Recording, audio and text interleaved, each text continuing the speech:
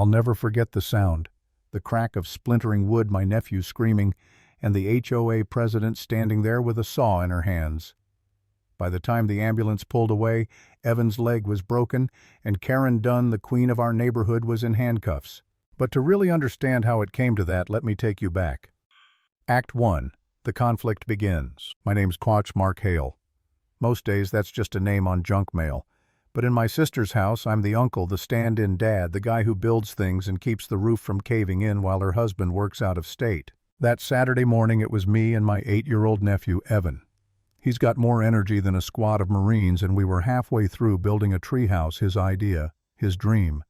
He named it Fort Kickbutt. His mom wasn't thrilled with the name, but I told her a fort needs a scary name.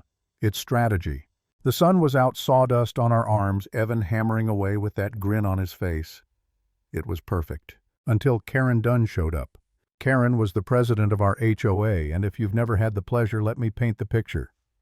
Power suit on a Saturday morning, clipboard in one hand, a voice like gravel in a blender. She believed a perfect neighborhood was one where every lawn matched every mailbox, gleamed, and no kid's imagination dared poke its head above the hedges. She marched right up, heels stabbing into the grass. Mark, this is your final warning. That thing violates 17 covenants. You have 24 hours to tear it down. Evan froze, hammer in his hand. I kept my voice light. 17, impressive, Karen. You must have been up all night studying the bylaws. She didn't laugh. She never laughed. That fort is an eyesore. It lowers property values. I looked at Evan, then back at her. It's a fort for my nephew, not hurting anyone. Leave it be. She huffed, spun on her heel, and stormed back to her picture-perfect lawn. Evan whispered, "Uncle Mark, is she going to break our fort?" I patted his shoulder. "No, buddy. She's just full of hot air." I believed it. I wanted to believe it. But I was wrong. Act 2. Escalation and turning point. We were almost finished. Evan was inside pretending he was king of the castle, laying down decrees about mandatory ice cream. I was outside measuring a beam when I heard it, the high-pitched whine of a power saw. I turned and my blood went cold. Karen Dunn was back.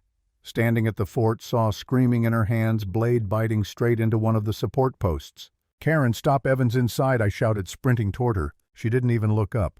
Her face was locked, determined, like she was on some holy mission. The wood cracked. The fort groaned. And then it collapsed, crashing down in a tangle of boards and screams. I dove into the wreckage, tearing at beams with my bare hands. "Evan, stay with me, buddy." I found him pinned, his leg, twisted, his face pale and terrified. My chest tore open at the sight. Neighbors poured out. Paul from next door was on the phone with 911. Mrs. Gwynn across the street stood frozen, her hand over her mouth. And Karen. She just stood there, saw dangling at her side with this strange look, half shock, half satisfaction. Sirens. Deputies. EMTs. They stabilized Evan, loaded him onto the stretcher. Deputy Torres, calm as stone, walked up to Karen. "Ma'am, put the saw down." She tried to argue. It was illegal, I had the right, but Torres wasn't having it. Click. Cuffs. Arrest for aggravated assault and child endangerment. I watched her shoved into the cruiser while Evan whispered to me through his tears, "She broke Fort Kickbutt, Uncle Mark." I held his hand. "We'll build it back stronger than before." But when the ambulance drove off, all I felt was fury and doubt. The breakdown. The hospital said Evan's leg would heal. Months in a cast, physical therapy. But he was having nightmares. My sister sat at the kitchen table staring at medical bills stacked like bricks. Then came the insurance letter, denied. Why? Because Karen's act was willful. Insurance doesn't cover crime. I wanted to smash something. Instead, I sat alone one night staring at those bills, whispering to myself, maybe I should have just torn the fort down. Maybe I'm the reason he got hurt. Maybe I failed him. That thought nearly broke me. The turning point. Then Paul showed up with his laptop. "Marky said you need to see this." His doorbell cam had caught everything. Karen walking up, Evan's little head poking out the window, and her starting that saw. She looked right at him. She knew he was inside. Body cam footage from Torres backed it up. And then Mrs. Gwynn, with her sharp memory, described every detail. But the final piece came from Arthur, the HOA vice president. terrified man. I cornered him, asked about a property sale behind my house. He cracked, handed me emails, texts. Turns out Karen had cut down that fort for one reason: money. A $10,000 kickback from a realtor if she could clear the Lakeview for buyers. That was the why. Not rules, not community standards, just greed. She risked a kid's life for a payout. Right then I stopped doubting myself. I knew what had to be done. Act 3, the showdown in justice. The HOA called a community meeting, desperate to calm the neighborhood after the news went public. I sat in the back, listening. Then the doors slammed open. Karen marched in, wild-eyed, in direct violation of the no-contact order. Deputy Torres was there, moving toward her. She ranted into the mic, shrieking about how she was the victim.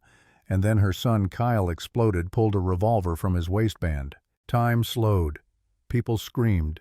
Deputies closed in voices, steady hands ready. Torres told him, "Son, put the gun down." After a tense eternity, Kyle dropped it. Deputies cuffed him. They cuffed Karen again too, hauling her out like the menace she was. But she wasn't done. Even from jail she tried to strike back, sending her nephew to intimidate Mrs. Gwynn in a grocery lot. He told her old people have accidents. Maybe your memory's not so good. What he didn't know was that Paul's dash cam caught the whole thing. When Torres saw that footage, he made the call: Karen's bail revoked. Straight back to jail until trial. And then came court. The civil trial laid it all bare. Videos played for the jury that saw the collapse. Evan's screams. Mrs. Gwynn testified calmly, describing it in painful detail.